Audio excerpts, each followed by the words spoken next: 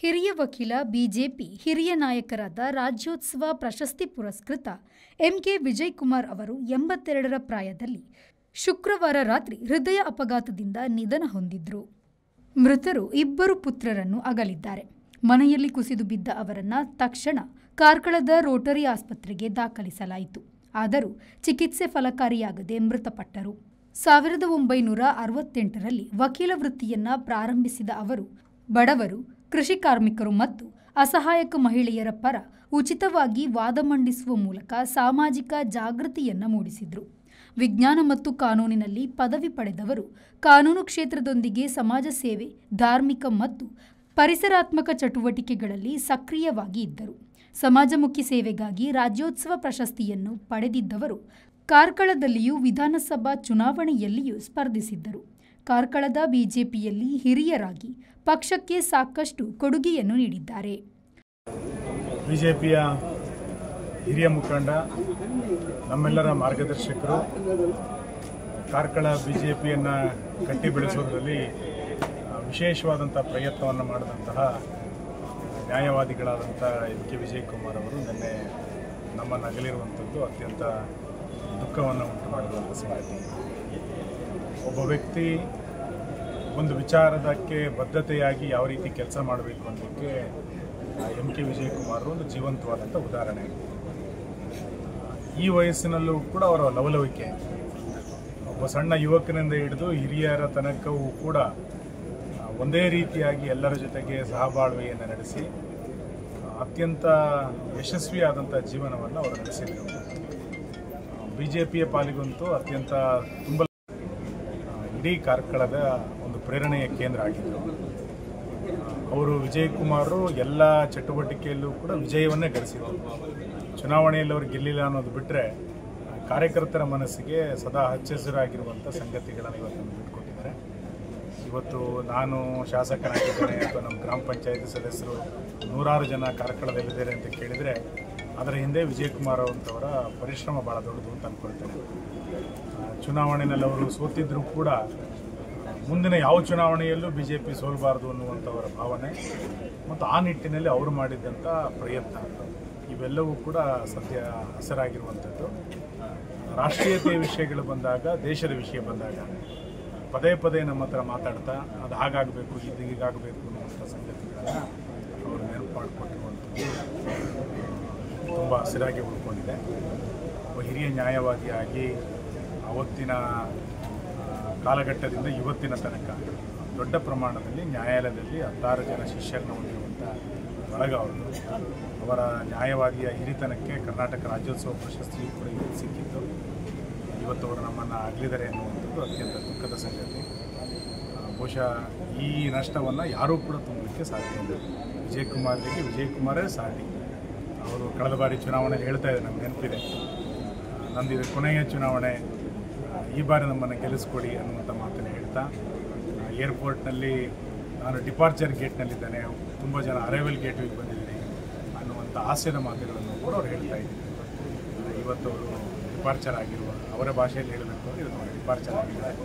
ಅವರ ಸದ್ಗತಿ ಸಿಗಲಿ ಕುಟುಂಬಕ್ಕೆ ಮತ್ತು ನಮ್ಮೆಲ್ಲರಿಗೂ ಕೂಡ ತಡ್ಕೊಳ್ಳುವಂಥ ಶಕ್ತಿ ಭಗವಂತ ಕೊಡಲಿ ಅಂತೇಳಿ ನಾನು ಆಶಿಸ್ತೇನೆ. ಅವರ ಚಳುವಳಿಯಲ್ಲಿ ರಾಜಕಾರಣಕ್ಕೆ ಮತ್ತು ಸಾರ್ವಜನಿಕ ಜೀವನಕ್ಕೆ ಚಳುವಳಿ ಮೂಲಕ ಮೇಲೆದ್ದು ಬಂದವರು.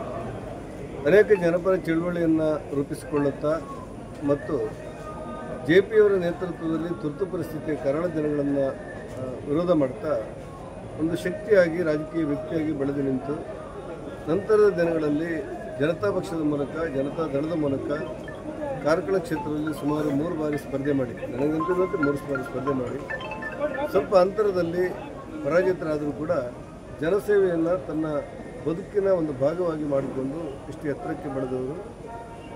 ನಂತರದ ದಿನಗಳಲ್ಲಿ 80ರ ದಶಕದಲ್ಲಿ ಅಟಲ್ ಬಿಹಾರಿ ವಾಜಪೇಯಿ ಅವರ ನೇತೃತ್ವದಲ್ಲಿ ಭಾರತೀಯ ಜನತಾ ಪಕ್ಷ ಅಸ್ತಿತ್ವಕ್ಕೆ ಬಂದಾಗ ಬಹುತೇಕ ಕಾರ್ಕಳದಿಂದ 3 ಜನ ಅದರಲ್ಲಿ ಭಾಗವಹಿಸಿದ್ರಂತೆ. ಒಂದು ನಮ್ಮ ಗೋಳ ಪ್ರಭಾಕರ್ ಕಾಮತ್ರು, ಯಶವಂತ್ ಪೈಗಳು, ಮತ್ತೊಬ್ಬರು ಎಂಕೆ ವಿಜಯಕುಮಾರ್ ಅಂತ ಹೇಳಿದಂಥ ನೆನಪು ನನಗೆ.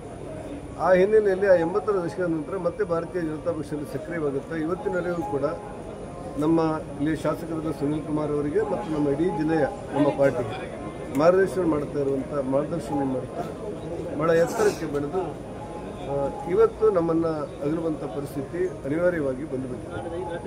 MK ವಿಜಯಕುಮಾರ್ ಅವರು ಜನಪರವಾದಂಥ ತನ್ನ ನಿಲುವನ್ನು ವ್ಯಕ್ತಪಡಿಸಿದಂಥ ರೀತಿ ಸಂಕಷ್ಟದ ಕಾಲದಲ್ಲಿ ಪಾರ್ಟಿಗೆ ಮತ್ತು ನಮಗೆಲ್ಲರಿಗೂ ಕೂಡ ಧೈರ್ಯ ಕೊಟ್ಟು ನಮ್ಮನ್ನೆಲ್ಲ ಮುನ್ನಡೆಸಿದಂಥ ರೀತಿ ನಮ್ಮ ಬದುಕಿನಲ್ಲಿ ಬಹಳ ದಿನಗಳ ಕಾಲ ಹೆಚ್ಚುಳಿದು ಉಳಿಯುತ್ತದೆ. ಆ ಹಿನ್ನೆಲೆಯಲ್ಲಿ ಇವತ್ತು ಬಂದವರ ಪಾರ್ಥಿವ ಶರೀರಕ್ಕೆ ನಮನಗಳನ್ನು ಸಲ್ಲಿಸಿ ಶ್ರೀದೇವರವರಿಗೆ ಸದ್ಗತಿಯನ್ನು ಕೊಡಲಿ ಅಂತೇಳಿ ಪ್ರಾರ್ಥನೆ ಮಾಡಿದ್ದಾರೆ. ಯಾರು ಇಲ್ಲ ಹತ್ತಿರ ಇಲ್ಲದೆ ನನಗೊಂದು ಫೋನ್ ಮಾಡ್ತೀನಿ. ನಮ್ಮ ಮನಸ್ಸಿನ ಒಳಗೆ ಅಂಥದ್ದು ಅದನ್ನು ಹೇಳಿಕೊಂಡು ಆತ್ಮೀಯತೆ, ಯಾರ ಆತ್ಮೀಯತೆ ಅಂತ ಒಂದು ಇದರಲ್ಲಿ ಎಷ್ಟೋ ಅವರದ್ದು ಮಾನಸಿಕ ವೇದನೆಯನ್ನು ಅವರು ಹೇಳಿಕೊಳ್ಳುವಂಥದ್ದು. ಅವರು ನನ್ನ ಹತ್ರ ಯಾಕೆ ಹೇಳಿದರೆ, ಈಗ ಸಭೆಗೆ ಹೋಗೋದಾದರೆ ಒಬ್ಬರು ಯಾರಾದರೂ ಸುಳಿಗೆ ಕೇಳುವಂಥ ಮನುಷ್ಯ, ಒಬ್ಬರಿದ್ರೆ ಬರ್ಪೆ ಅಂತ ಕಡೆಗೆ ಅಷ್ಟು ಜನಕ್ಕೆ ಅವರಿಂದ ಒಂದು ನಮೂನೆಯನ್ನು ನಮ್ಮ ಮೇಲೆ ಅಷ್ಟೊಂದು ಪ್ರೀತಿ ವಿಶ್ವಾಸ. ನಿನ್ನೆ ಸಹ ಹಾಗೆ ನಾವು ಒಂದು ಒಟ್ಟಿಗೆ ನಮ್ಮ ಜಿಲ್ಲಾ ಒಂದು ಕಚೇರಿಯನ್ನು ಶಂಕುಸ್ಥಾಪನೆಗಾಗಿ ಹೋಗುವುದಿಲ್ಲ, ಅವರು ನಾನು ಬರ್ತೀನಿ ಹೇಳಿದ ನಂತರ ಫೋನ್ ಮಾಡಿದೆ, ಒಟ್ಟಿಗೆ ಹೋಗುವುದು ಹೇಳಿ ನಾವು ನಿಶ್ಚಯ ಮಾಡಿದ್ದು. ಆದರೆ ಕಡೆಗಳಿಗೆ ನನಗೆ ಸ್ವಲ್ಪ ಆ ಶ್ವಾಸ ಉಂಟು. ನಾನು ಆದರೆ ಮತ್ತೆ ಬರ್ತೇನೆ, ಈಗ ನೀವು ಹೋಗಿ ಅಂತ ನನಗೆ ಕಳಿಸಿಕೊಟ್ಟರು.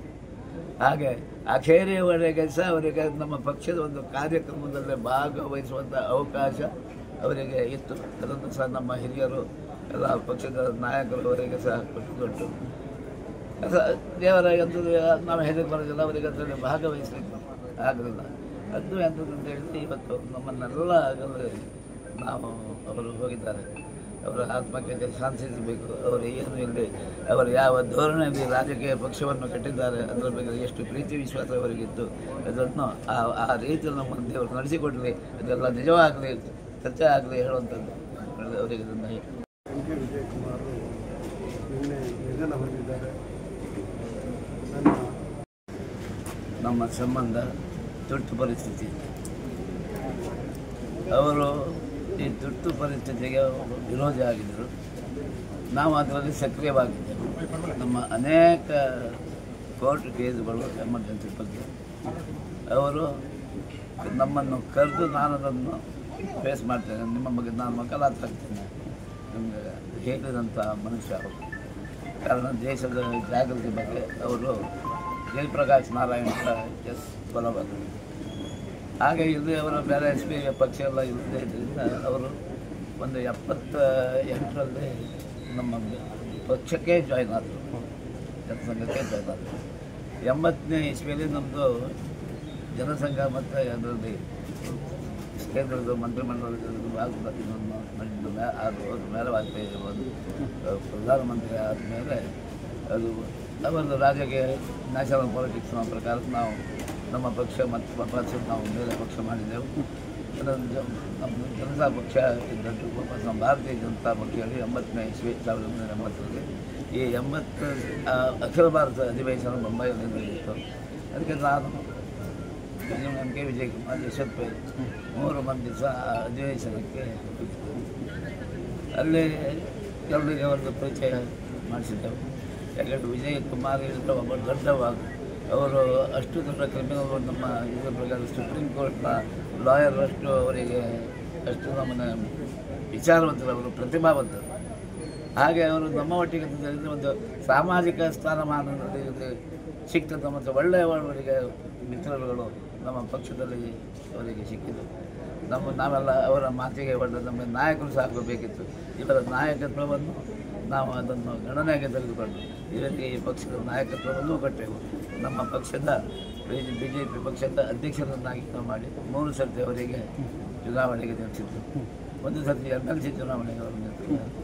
ಹಾಗೆ ಅದು ವಿಜಯ ಮಾಡಲಿಕ್ಕೂ ಪಡೆಯೋದಕ್ಕೆ ಸಾಧ್ಯ ಆಗದೇ ಇದ್ದರೂ ಸಹ ಅವರು ಈ ನಮ್ಮ ಪಕ್ಷದ ಘನತೆಯನ್ನು ಇಡೀ ಕ್ಷೇತ್ರ, ನಮ್ಮ ತಾಲೂಕು ಕ್ಷೇತ್ರ ಆಗಲಿ ಮತ್ತು ಇಡೀ ಜಿಲ್ಲಾ ಕ್ಷೇತ್ರಗಳಲ್ಲಿ ಅವರು ಹೆಸರು ಮಾಡಿ ಪಾರ್ಟಿಗೆ ಆ ಸಮಯದಲ್ಲಿ ಬಹಳ ಕೆಳಗಿದ್ದಂಥ ನಮ್ಮ ಪಕ್ಷಕ್ಕೆ ಒಂದು ಉತ್ತಮ ನಾಯಕ ಸಿಕ್ಕಿದ್ದಾರೆ ಹೇಳುವಂಥದ್ದು ಎಲ್ಲ ಜನರಿಗೆ ಇದ್ದಾರೆ. ಅನೇಕ ಕಡೆ ನಾವು ಅವರ ಒಟ್ಟಿಗೆ ನಾನಿದ್ದೆವು, ಒಳ್ಳೆಯ ಒಳನಾಟದಲ್ಲಿದ್ದೆವು. ಒಳ್ಳೆಯ ರಾಜಕೀಯ ಭಾಷಣ, ಇಡೀ ಸಭೆ ಮಲಗಿದವರಿಗೆ ಎಬ್ಬಿಸುವಂಥ ಅವರ ಭಾಷಣ, ಕೆಲವರು ಭಾಷಣ ಕೂತವರಿಗೆ ಮಲಗಿಸಿದ್ದಾರೆ. ವಿಜಯಕುಮಾರ್ ಯಾರು ಮಲಗಿದ್ರು ಸಹ ಅವರನ್ನು ಕೂಡಲೇ ಎಬ್ಬಿಸಿ ಗಗ್ಗರೆ ಕಟ್ಟುವುದು. ಅವರು ಶಬ್ದವೆಂತ ತಿಳಿದರೆ ಚುನಾವಣೆ ಅಂತ ಹೇಳಿದರೆ ನಿಮಗೆ ಮೈಯಲ್ಲಿ ಬರಬೇಕು, ಗಗ್ಗರೆ ಕಟ್ಟುವುದು. ಈಗ ನಾನು ಗಗ್ಗರೆ ಕಟ್ಟಿಸಲಿಕ್ಕೆ ಬಂದಿದ್ದೇನೆ ಹೇಳುವಂಥ ಮಾತನ್ನು ಹೇಳಿದ ಅವರಿಗೆ ಆ ನಮ್ಮನೆ ಒಂದು ಉಮೇದನ್ನು ಕೊಟ್ಟು ಅದನ್ನು ಜನರಿಗೆ ಎಬ್ಬಿಸುವಂಥ ಕೆಲಸ ಮಾಡಿ. ಹಾಗೆ ಒಳ್ಳೆಯ ರೀತಿಯಲ್ಲಿ ಒಳ್ಳೆಯ ಸಂಬಂಧ ಈಗ ಇವತ್ತು ಅವರಿಗೆ ತಾಕತ್ತು ಸ್ವಾಭಾವಿಕವಾಗುವಂತೆ 80 ವರ್ಷ ಆದಮೇಲೆ ಶಾರೀರಿಕ ಶಕ್ತಿ ಕಮ್ಮಿ ಆಗ್ತದೆ. ಆದರೆ ಅವರ ಮಾನಸಿಕ ಶಕ್ತಿ ಮತ್ತು ನಾಲಿಗೆ ಶಕ್ತಿ ಎಲ್ಲಿ ನಮಗೆ ಕಮ್ಮಿ ಆದಂತ ಹೇಳಿ ನಮಗೆ ಕಂಡು ಬರಲಿಲ್ಲ. ಎಲ್ಲದರಲ್ಲಿ ಸಹ ಉಮೇದಿತ್ತು. ಆದರೆ ಯುವ ಜನಾಂಗ ಬರುವಾಗ ನಾವು ಸ್ವಾಭಾವಿಕವಾಗಿ ಪ್ರಾಯದಲ್ಲಿ ನಮ್ಮ ಕಿರಿಯರಿಗೆ ನಾವು ಸ್ಥಾನ ಕೊಡಬೇಕಾಗ್ತದೆ. ಆದರೆ ನಮ್ಮಲ್ಲಿ ಅಭಿಪ್ರಾಯ ಭೇದ ಯಾವುದೂ ಇರಲಿಲ್ಲ.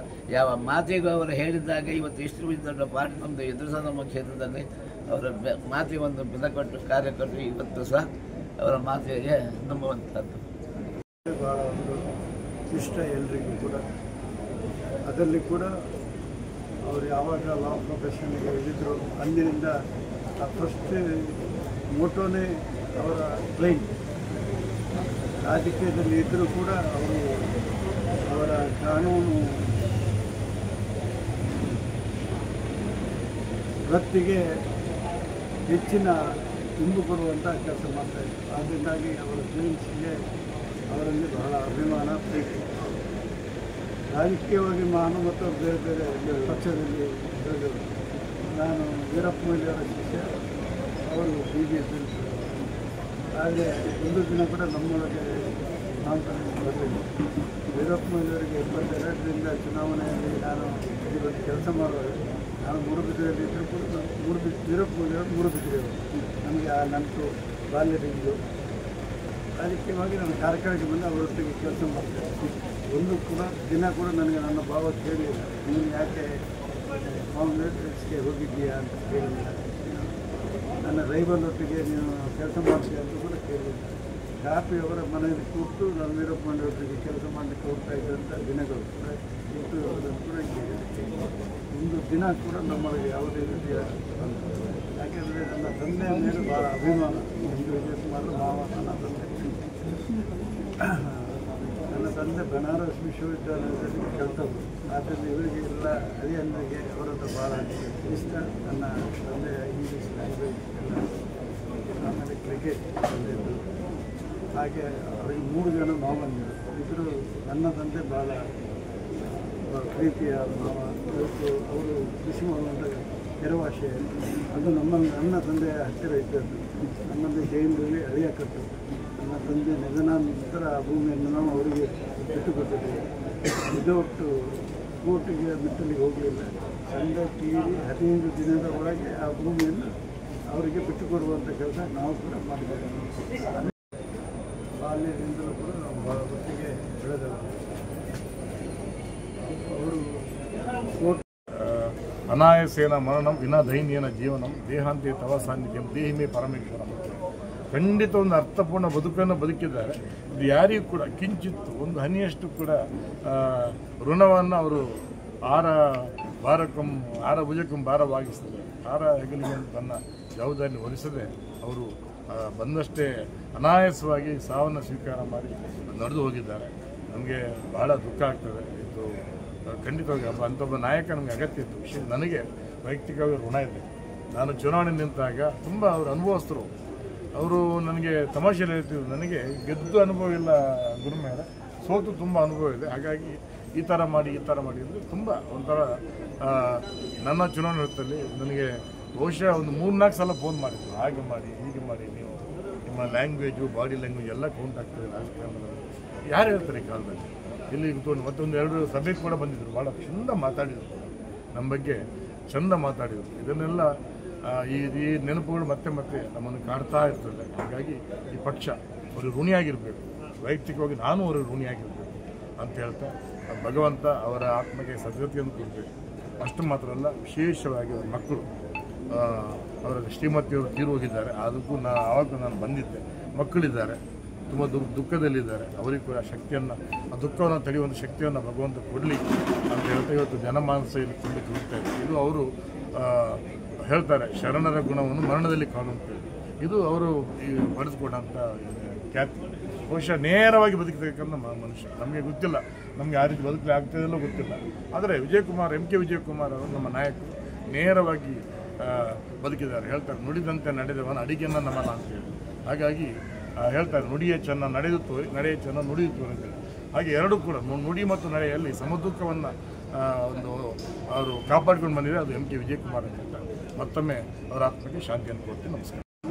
ನಾವು ಒಟ್ಟಿಗೆ ಪ್ರೀತಿ ವಿಶ್ವಾಸದಿಂದ ಬದುಕಿರೋದು. ಮತ್ತು ಅವರ ಲ್ಯಾಂಗ್ವೇಜ್ ಫ್ಲೂಯೆನ್ಸ್ ಆಫ್ ಇಂಗ್ಲೀಷ್, ಯಾಕೆಂದರೆ ಅವರು ಬೆಂಗಳೂರಿನಲ್ಲಿ ಲಾ ಮಾಡಿದರು.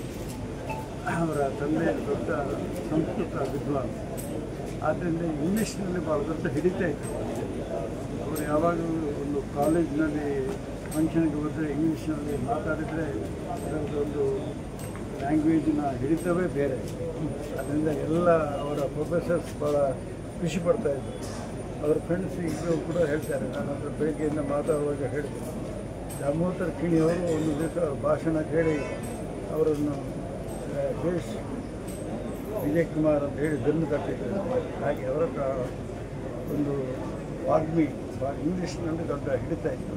ರಾಜಕೀಯ ಭಾಷಣದಲ್ಲಿ ಕೂಡ ಜನ ಭಾಳ ಮೆಚ್ತಾ ಇದ್ದರು ಆ ಕಾಲದಲ್ಲಿ. ಈಗಿನ ಕಾಲಘಟ್ಟ ಬೇರೆ. ಆ ಕಾಲಘಟ್ಟದಲ್ಲಿ ಅವರ ಮಾತಿಗೆ ಭಾಳ ಬೆಲೆ ಇತ್ತು. ಭಾಳ ಕಮ್ಮಿ ಮಾರ್ಜಿನಲ್ಲಿ ಸೋಲ್ತಾ ಇದ್ದರು, 4,000 5,000. ಅದರಲ್ಲಿ ಕೂಡ ಅವರಿಗೆ ಏನಾಯಿತು ಅಂತ ಹೇಳಿದರೆ, ಅವರು ಹಿಂದೆ ಜನತಾ ದಳದಲ್ಲಿದ್ದರು. ಆ ಜನತಾ ದಳ ಆಮೇಲೆ BJP ಪಕ್ಷ. ಅಂದರೆ BJPಯಲ್ಲಿ ಮುಂದಿನ ದಿನಗಳಲ್ಲಿ ಅವಕಾಶ ಕೂಡ ಆಗಲಿಲ್ಲ. ಅವರು ಕೂಡ ಅವರ ಲಾ ಪ್ರೊಫೆಷನನ್ನೇ ತಿಳ್ಕೊಂಡು ಮುಂದುವರೆದರು. ಆದರೆ ಕಡೆಯವರೆಗೂ ಕೂಡ BJPಯಲ್ಲೇ ಇದ್ದು ಪಕ್ಷಾಂತರಿ ಆಗದೆ ಅವರು ಪಕ್ಷ ನಿಷ್ಠೆಯನ್ನು ಕೂಡ ವ್ಯಕ್ತಪಡಿಸಿದ್ದಾರೆ. ಇವತ್ತು ಜಸ್ಟಿಸ್ ನಜೀರ್ ನಮ್ಮ ಗವರ್ನರ್ ಅವರಿಗೆ ಇವರ ಮೇಲೆ ಅಪಾರವಾದ ಪ್ರೀತಿ. ಅವರು ಯಾವಾಗಲೂ ಹೇಳಿದ್ರು, ನನ್ನ ಗುರುಗಳು MK ವಿಜಯ್ ಕುಮಾರ್ ಅಂತ. ಅದೊಂದು ಅವರ ಒಟ್ಟನ್ನೇ ಪ್ರಾಕ್ಟೀಸ್ ಮಾಡೋದ್ರಿಂದಾಗಿ ಜಸ್ಟಿಸ್ ನಜೀರ್ ಅವರಿಗೆ ಅವರ ಗುರುಗಳ ಮೇಲೆ ಅಪಾರವಾದಂಥ ಪ್ರೀತಿ. ಇವತ್ತು ನಜೀರ್ ಅವರು ಇಷ್ಟು ಎತ್ತರಕ್ಕೆ ಹೋದರೂ ಕೂಡ ನೋಡಿ, ಇವತ್ತು ನಾನು ಎಣಿಸಲಿಲ್ಲ ಅವರು ಬರ್ತಾರೆ. ಆದರೆ ಇವತ್ತು ಅವರು ಪ್ರೋಗ್ರಾಮ್ ಲಿಸ್ಟ್ ಬಂದಾಗಿದೆ. ಅವರು ಕೂಡ ಅವರ ಅಂತಿಮ ದರ್ಶನಕ್ಕಾಗಿ ಹೈದರಾಬಾದ್ನಿಂದ ಸ್ಪೆಷಲ್ ವಿಮಾನದಲ್ಲಿ ಬರ್ತಾ ಇದ್ದಾರೆ. Khaleel V4 news Karkala.